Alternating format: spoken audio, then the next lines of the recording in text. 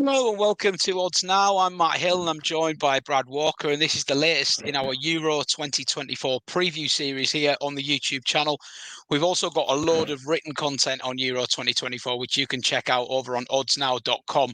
We've got comprehensive team guides for all 24 nations taking part in this year's final. And over here on YouTube, we're going to be having a look at the 6 groups, trying to assess who might win each group, where the value is in the betting, and just having a quick look at each team's kind of prospects ahead of the summer. So we've already done Group A and B. Depending on when you're watching it, D, E, and F may be up as well. So head over to the YouTube channel, keep an eye out for cards popping up throughout this video above me. And make sure you check out all of our group stage previews. Let us know who you're backing for Euro 2024 in the comments, and we'd really appreciate it if you could give these videos a thumb up if you enjoy them, and don't forget to hit subscribe as well. So today, as you can tell by the title, we're having a look at Group C, and this is the group, of course, that contains England. So a group we all have a lot of interest in. They're joined by Denmark, Slovenia, and Serbia. It's one of the more open-looking groups. Brad, I'm going to hand over to you to kind of give your initial assessment on the teams. I suppose we better start with England. Seems like the sensible place to start. Short price favourites to win this group, but actually outright favourites in the betting as well to win the tournament, despite having not won a tournament for 58 years. But yeah, look, we all know this is a brilliant squad. What's your feeling on England coming into this tournament? I think it almost feels as though the last 6 years under Southgate and the tournaments that have came during that time have been building up to this now. I think this is the one tournament where we feel as though, we not got a chance at winning it, but a real chance at winning it now. As though we feel as though we've earned that right to be among the favourites. Like you said, we come in as outright favourites to win the entire tournament. Strong favourites, of course, as you can see at the bottom of the screen, to win the group as well, with Group C. In qualifying, there wasn't much more you could ask from them, really. They were one of 6 teams to go unbeaten during the qualifying matches. Only, like I said, only over 5 other sides, did that.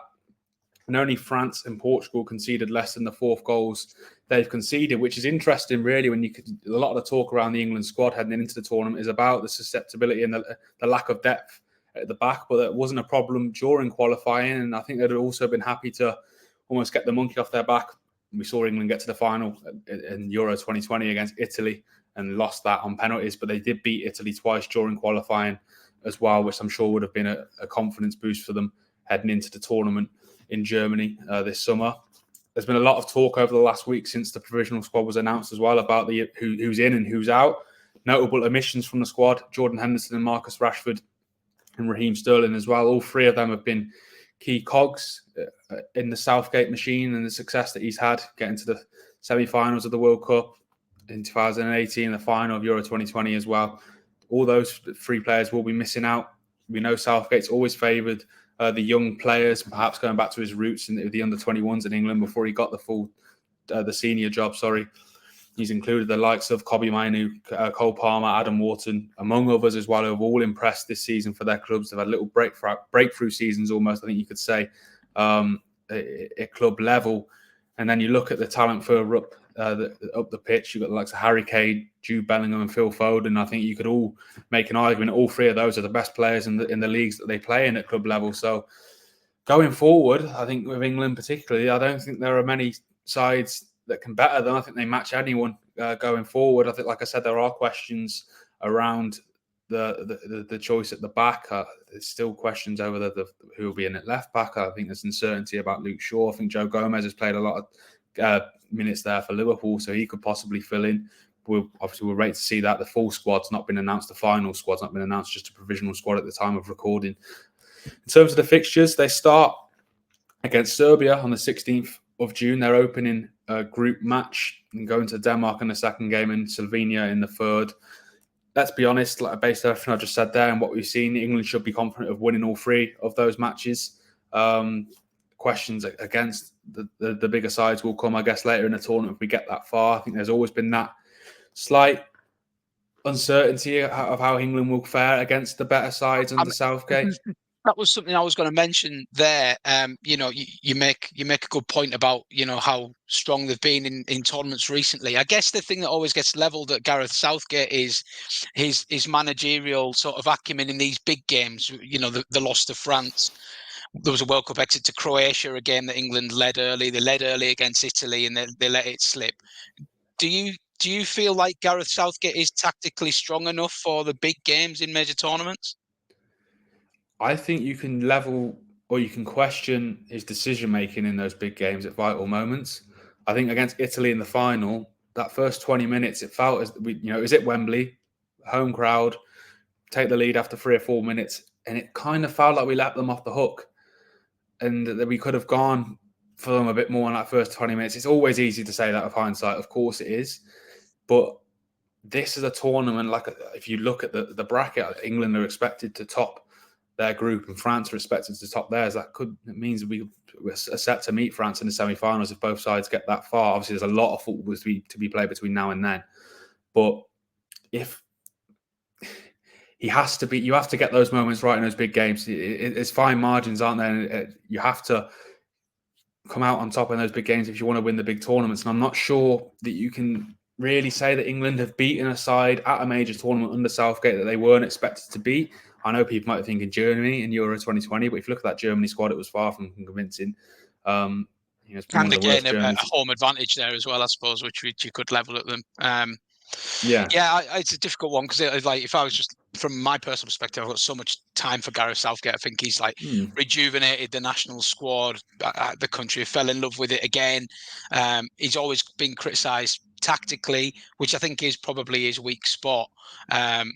But I wonder, do you feel like the responsibility is as much on the players in these big games as well? Because I suppose you could look at that France defeat and point out Harry Kane's missed penalty, which is something that happens, like a solar eclipse once in so many years. He misses a big penalty, and that you do need a bit of luck as well, don't you, in these tournaments?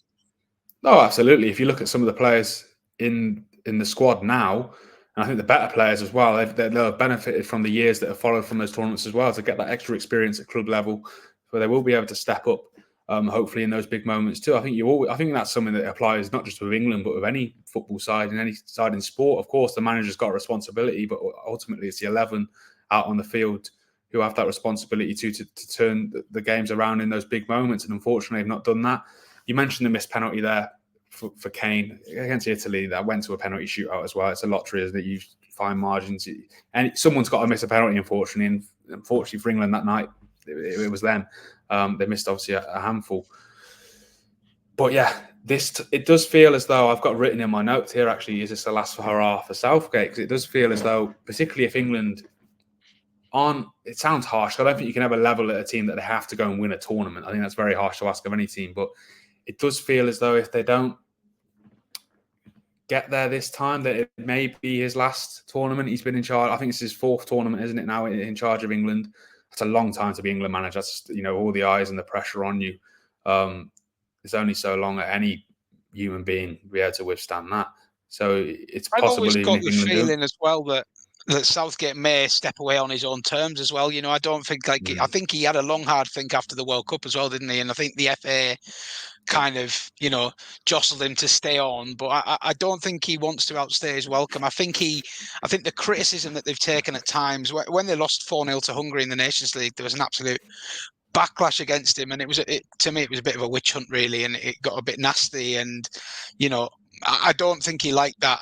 And like you said, the discourse coming into this tournament is, the stars are aligned. This is a great chance to win it. The players are at the right age. It's a great squad. Other nations are weak, and rightly or wrongly, I think a lot of people will consider anything less than winning it a failure. And I do personally think Southgate would probably walk away in that instance. I do as well. I also think there's a danger here as well that we don't want to get too carried away talking about knockout football when they've got a group stage to get through first. England are rightly favourites, of course they are, but Serbia, Denmark and Slovenia are also there on merit as well, and they'll be looking to harbour their own aspirations of getting through that group. So you've got to deal with that first before we talk about the knockouts. But having said that, I am now going to go on about who they could face in the knockouts if they do get through the group, so I'm probably guilty of that myself. If England were to top the group, which I think most would back them to, they would be set to face whoever finishes third from either Group D, E or F, depending on the rankings in those third place sides. You look through those groups, I think you'd fancy England to beat them as well. But like we said, Matt, it's the big moments now. And it does feel as though now or never for Southgate. It is harsh, but like you said, I don't think he's got many tournaments in him. Regardless of how this one goes, it's a very taxing job physically and mentally. I don't envy him at all. It's like you said, all the eyes are on the tournament, but I think you're right to heap praise on him as well for what he's done with the media, bringing the media back on side with the players, bringing that relationship closer. Like you said, the country are behind this England side now. When I was growing up, everyone talks about that golden generation of the 2004, 2006 sides, but they weren't particularly likable teams. I don't think they were good teams. They're very, very good players, but I don't think there's the connection there was with them that there is now with this group. You look at them; they're young players. They've all been brought up together. They're all friends. You hear about the stories from 2004, 2006, but they're all sat within their groups at club level. This, like you said, Southgate's brought everyone together, not just the players, not just the media, but the whole country as a whole. And you've got to give him credit for that. And fingers crossed that can all culminate in history being made in Germany this summer. Yeah, I certainly hope so. Yeah, I do think, I do think they're going to go very deep, and I do think it might come down again to one of those big games with France or someone of that ilk. And yeah, let's just hope things maybe fall England's way for once, because they have had some, as much as they've had some questionable tactics, they've had some bad luck as well. But yeah, very nicely summarised, I think. And people are on different areas of the fence with this England team, but I thought that was a nice balanced. We tried to give both sides there, so hopefully a little bit for everyone. Moving it on then to the opposition in this group, and I think if we go to Denmark next, who I think most people would say, reasonably strong second favourites in this group to get out of it with their recent pedigree. Euro 2020 was a fantastic tournament for them. Obviously started on a very sour note with Christian Eriksen's cardiac arrest, but that seemed to carry them through in that tournament, and they were on the crest of a wave. Picked up a lot of neutral supporters for the way that they handled that situation, I think. And it took England extra time to get past them at Wembley. Wasn't a vintage England performance by any stretch, but Denmark, give them huge credit, were a really tough nut to crack. I was really disappointed with them at the World Cup, though. They were pretty abject. So it's hard to gauge where they are coming into this one. What are your thoughts on Denmark? Yeah, I agree with everything you just said there, really. If you look at their qualifying campaign for Euro 2024, they finished top of Group H, level on points with Slovenia, who are, of course, also in their group in the main tournament. They did claim 4 out of 6 points against Slovenia in their matches, which is a good omen coming in to this tournament. I think they face off against each other first, actually, in their first matches. And I think a win for Denmark there leaves them in a very strong position straight away, particularly given the current format of the tournament, where 4 third-place sides will go through to the knockout stages. Looking closer at their qualifying campaign, they scored in all but one of their matches, and only 7 sides scored more than Denmark. So it surprised me, to be honest, when I was doing the research to read that. So they're very, very good going forward. The manager, Kasper Hjulmand, is overseeing 2 tournaments, including Euro 2020, which you touched on there. Their best ever finish at a tournament when they reached the semi-finals, going out to England. Of course, they're at Wembley, but they did, as you say, disappoint in Qatar. They didn't even win a game, and they went out at the group stage. So they'll be looking, of course, to bounce back strong here.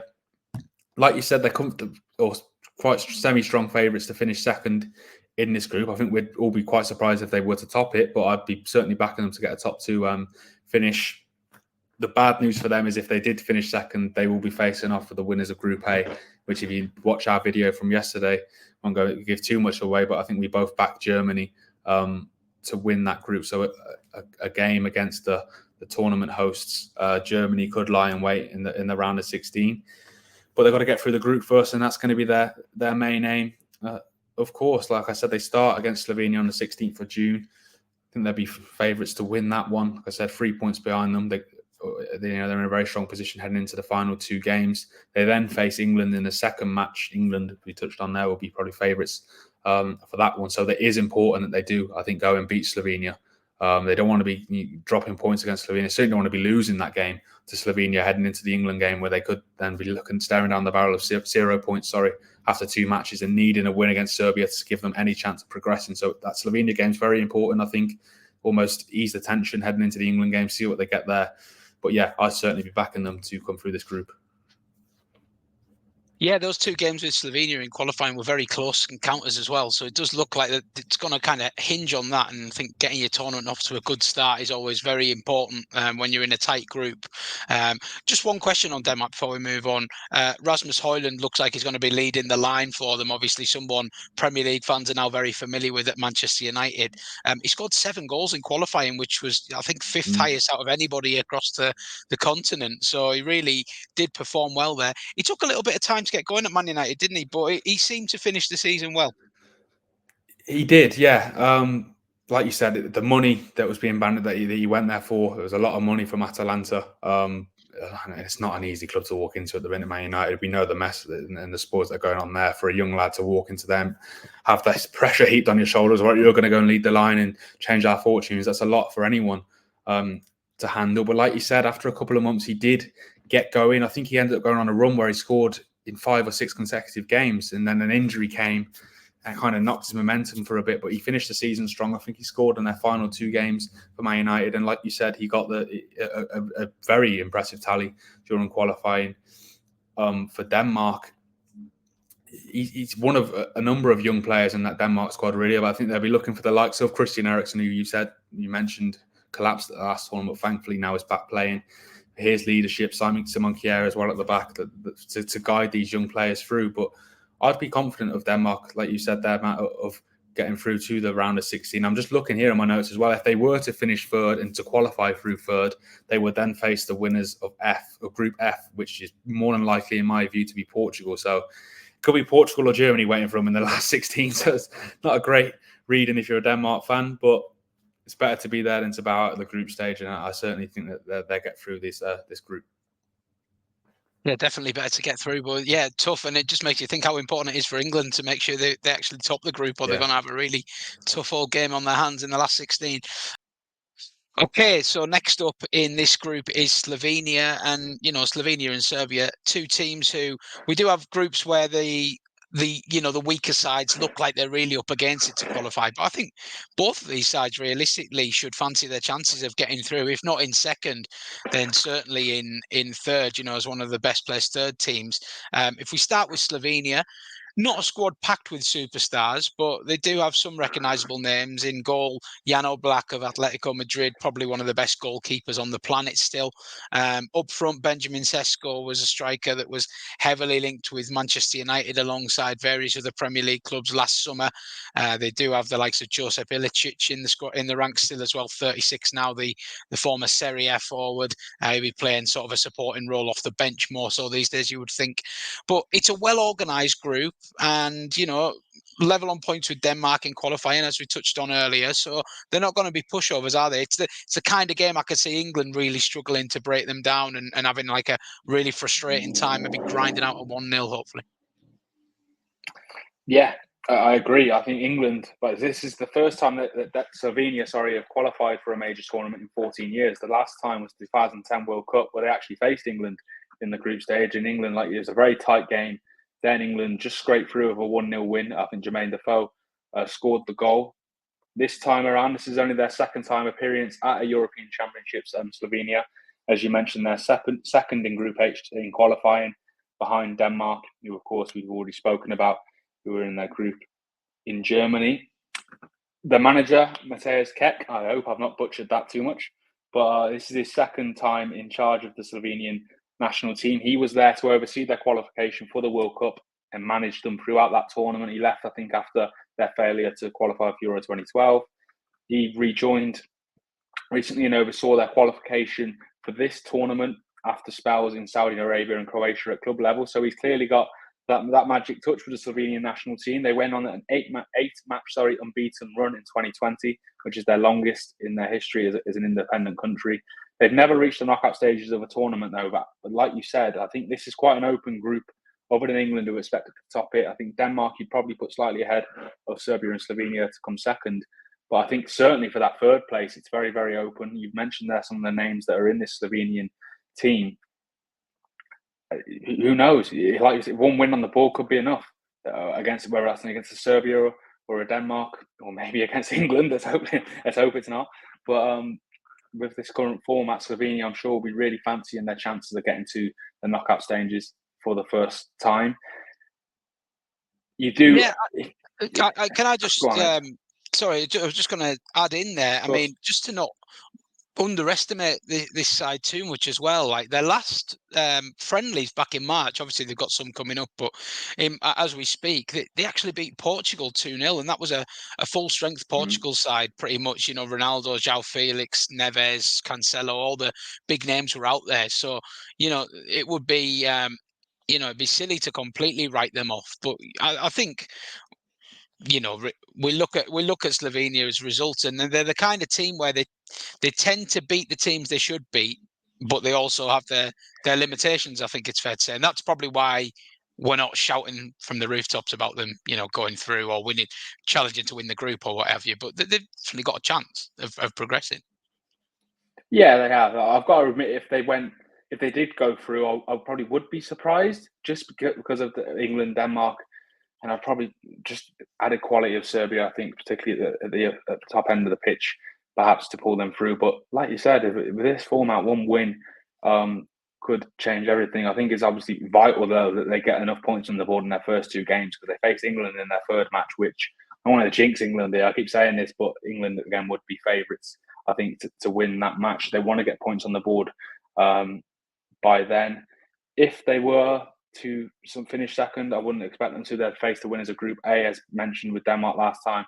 If they were to qualify through third, again, they would like possibly face Portugal. So, but if you offered Slovenia that, they'd snatch both your hands off. I think, like I said, they've never got to the knockout stages of any major tournament, and they'd love to do that this time around. Like I said, it's only their second tournament in 14 years, and they have got quality, like you said, with Oblak, Sesko, Ilicic, etc. So, I think they're one of those sides, Matt, what we spoke about with Hungary yesterday. You spoke about how they might not have the individual flair of some of the other sides, but they operate well as a unit. And like I said, the manager, it's not a coincidence. Now, this is his second spell. It's the second time they qualified for a major tournament, just the third time they qualified for a major tournament this century. So you never know. I would be surprised, if I'm honest, if they did get through. But strange things happen in tournament football, and there's always at least one side who raises eyebrows in every tournament. Why not? Well, it could be Slovenia. Yeah, I agree, concur with everything you said there, really. 7-4, 9-5 to qualify. So the market isn't expecting them to get through. But, stranger things have happened, certainly. The market does quite fancy the chances of the last team in Group C to progress, and that is Serbia. Serbia side that we probably have more household names in, I think it's fair to say. Especially in attack, they have some really talented forward players who are going to cause even a team of England's calibre. You talk about England maybe having a bit of a shaky defence. The likes of Aleksandar Mitrovic, Dusan Vlahovic, Luka Jovic, they've got loads of quality in forward areas. I think it's actually probably the most surprising thing with this Serbia team is that they haven't done better with this crop of players so far. Even qualifying for tournaments has been hard going for them, but they have the star quality to potentially go into the knockouts and be a real pain for a bigger side. But yeah, what's your feeling on it? Do you think that they're ready to go and reach the knockouts of a tournament? I do. I think we'll see our predictions for this group towards the end of the video. But like you said, in qualifying, they were strong. They were second to Hungary, who we sung the praises of yesterday. They only lost twice in qualifying. Both of those games were to Hungary.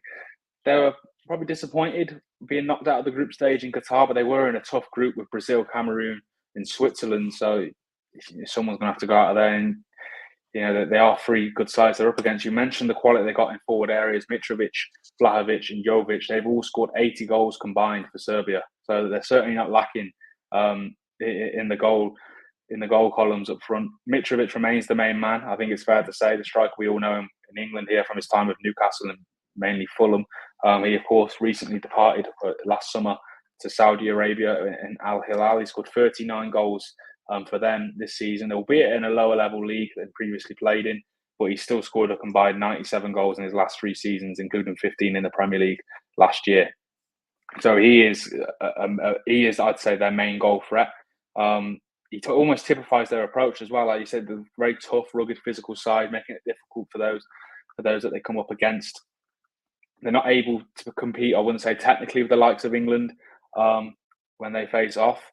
but we'll look to close the gap with a physical approach. And like you said, England, there are questions around the defence. I'm sure they'll be looking to exploit that. I certainly don't think anyone will be rolling past or rolling over Serbia in comfortable fashion. I think that's the thing about this group. I don't think there being many high-scoring games. I think they're all going to be quite tight. I think England, like I said, are favourites. We touched on that many times. But the likes of Slovenia, Denmark, Serbia, they're tough. They're solid sides, and they're going to be tough to break down. I think that's going to show in how these group games pan out.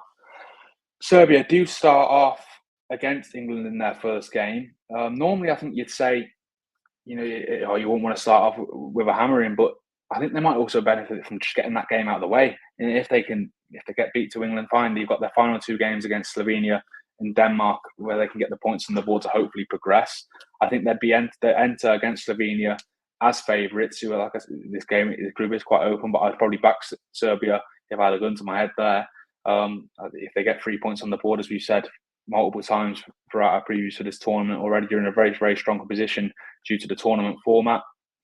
And it leaves the final game against Denmark quite finely poised to see who can maybe grab a second place and who can occupy that third slot, particularly with Slovenia taking on England. I think those sides will be looking to grab more points on the board there to seal their place in the last 16. The same as above, we've spoken about with Denmark and Slovenia. Games against Germany and Portugal could lie in wait for Serbia if they finish second or were to qualify through third. But again, they just got to get through the group first, and tournament football, it is what it is. So you're nicely bringing us on there to our predictions for Group C. We've both had a go at predicting how this might pan out. If we can bring them up on screen there, I think we've both gone for England to top these groups, as you may have had a gut feeling. But beyond that, we've ended on the same selections. But from everything we've said, it's far from cut and dry. Is it? Some groups look a lot easier to predict than this one, I'd say. Yeah, like you said, we've gone with the same layout, but England, I think, will finish top. But other than that, any other combination, I wouldn't be massively surprised. Like, I'd back Denmark to finish second, probably just because of their experience at this level, and they have got some good players. But with this new format, all 3 of those other sides should be eyeing, I think, a spot in the last 16, and I hope that plays well in terms of how the games play out, with all 3 backing themselves of having a shot at getting to those knockout stages. I think all 4, but particularly those bottom 3 there, Denmark, Serbia, and Slovenia, their tails will be up. They'll be very, very confident. Slovenia, for example, I think like you can see there, we predict they finish bottom, but their confidence will be sky high. They just qualified for their first tournament in 14 years. There's obviously a very good relationship with the manager there, given his record as Slovenia manager over the last couple of years. They've been in good form. They come through qualifying as well. Okay, they only got a point across their 2 games with Denmark during qualifying, but like you said earlier on the video, they were very, very tight games. So it'll be interesting to see how this plays out. I really do think it will be. Like I said, I don't think there being many high-scoring games just because of the nature of the teams involved. But with how open this group is, I think it will still make for an entertaining watch. Yeah, I tend to agree with you there. I think the comment you make about the low scoring group is a very valid one. I can't see a lot of goals here. I think there's going to be a lot of tense games and a lot of in the realms of fine margins. But that moves us on, just before we finish up on Group C, to our best bet section. Like to try and send you off with a couple of winners, or at least some value selections. So Brad's been in charge of Group C. Brad, what are your best bets for this group? Just pull them up on screen now. As you can see, as you did yesterday in the A and B previews we did, Matt, I tried to get a bet for each team involved. As you can see there at the top, Harry Kane, I think 11-2 is great value for him to finish as the overall top scorer in the tournament, particularly as we are all back in England to go into the latter stages. He's the second favourite behind Kylian Mbappe. He comes into the tournament on the back of a record-breaking season with Bayern Munich, where he scored 44 goals across all competitions. Ridiculous numbers, and you look at the numbers he's put up for Spurs as well over the years in the Premier League.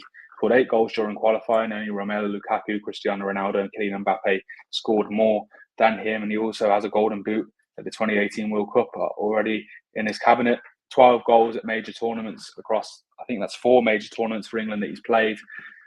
like I said, with England hotly tipped to reach the latter stages of this tournament, I don't know about you, Matt, but I think 11-2 is great value on Harry Kane coming out on top in the goal scoring charts. Yeah, I'd agree with that. I just can't see him out of the frame, really, can you? You know, you think if England are gonna go far in this tournament, he's gonna get at least sort of 5 or 6 games. He's virtually gonna play every minute. He's not one of these forwards that's getting withdrawn after 70. You know, you have to factor in, I think, with the likes of Cristiano Ronaldo now at 30, you know, in his late 30s. If Portugal are 2 or 3-0 up, he's coming off whether he likes it or not. You know, and Mbappe is also somebody you could see France wrapping in cotton wool, whereas Kane tends to play a lot of minutes, doesn't he? You know, he doesn't like coming off. Southgate doesn't like taking him off. Yeah, I couldn't argue with that 11-2 either at all. And yeah, I like the look of all these selections, to be fair. But I'll let you just run through them quickly. Yeah, you see the second one there. Denmark, eliminated in the last 16. I think I touched on when we spoke about them earlier in the video. I do expect them to get through, but a meeting, if they finish second, there could be Germany waiting for them. If they finish third and qualify as one of the 4 best third-ranked sides, Portugal will be waiting. I think Germany and Portugal are the 3rd and 4th favourites to win the entire tournament. I'd back both of those sides to beat Denmark. Who knows? Like I said, there's always a shock in tournament football, and someone else could end up top in those groups, and they could end up meeting a Hungary, for example, or the Czech Republic, etc., in Portugal's group. But based on now with the tournament yet to kick off, I mean, you can only judge things at face value, and I'd back both of those sides to beat Denmark if they were to meet in the last 16. Serbia, I'd back them to be Aleksandar Mitrovic to be their top goal scorer. We mentioned the likes of Jovic and Vlahovic have both found the net regularly for their country too, but I still think Mitrovic holds the mantle of being their main man. I know he's not getting any younger, but he has 57 goals for his country already. He's been in great scoring form this season, as I said, with 39 goals. He's likely to lead the line. An unbelievable record, that, isn't it? For a team like Serbia to have that many goals, it's unbelievable. It is. Exactly. He got 5 goals in qualifying as well. He was their top scorer. So 6-4, again, above even money. I think that's a great return on him to start to find the net for Serbia. And the same with Benjamin Sesko, who we both mentioned when we were talking about Slovenia previously, coming in at 3-1 to finish as their top scorer. He has 18 goals for RB Leipzig in the Bundesliga coming into the tournament. He was linked with the likes of Man United, Liverpool and Chelsea last summer, and I think those links are going to continue as well, particularly if he impresses for Slovenia. Yeah, he's already scored 11 times for his country, likely to start up top for them. Same with Mitrovic, and he was also their top scorer in qualifying with 5 goals. I don't see the Slovenia side bagging a load, if I'm honest. But if I had to put money on the man to do it, I'd certainly be backing Sesko. He looks like he's going from strength to strength in his career. He's only young as well. Yeah, and I guess that's the beauty of backing these top goal scorer markets in teams where, you know, you're not expecting them to go much further than the group stage. 1 goal may be enough. You know, they might only score 1 goal or 2 goals, and you might be getting a payout there. So, yeah, I couldn't put you off any of those. Brad, really good to hear from you and hear your thoughts on Group C. That is us halfway through the groups now. We're going to continue on with Group D in the next video. Make sure you check out all 6 of our group stage previews. We will also be looking at some specials markets, and there'll be loads of content going on throughout the tournament as well, both here and on oddsnow.com. As I say, those team guides on oddsnow.com, you're not going to find a more comprehensive preview of every single nation than what we've put together there. So I hope you'll enjoy them. We'll link the relevant team guides when they're live down below this video, along with a link to the website where you can find all our other stuff. Please do subscribe to the channel if you're enjoying this content. Give us a thumbs up. We really appreciate it. And yeah, comment below. Let us know who your best bets are for Group C and for Euro 2024 overall. Hopefully, we'll see you in another video very soon. Thanks for watching.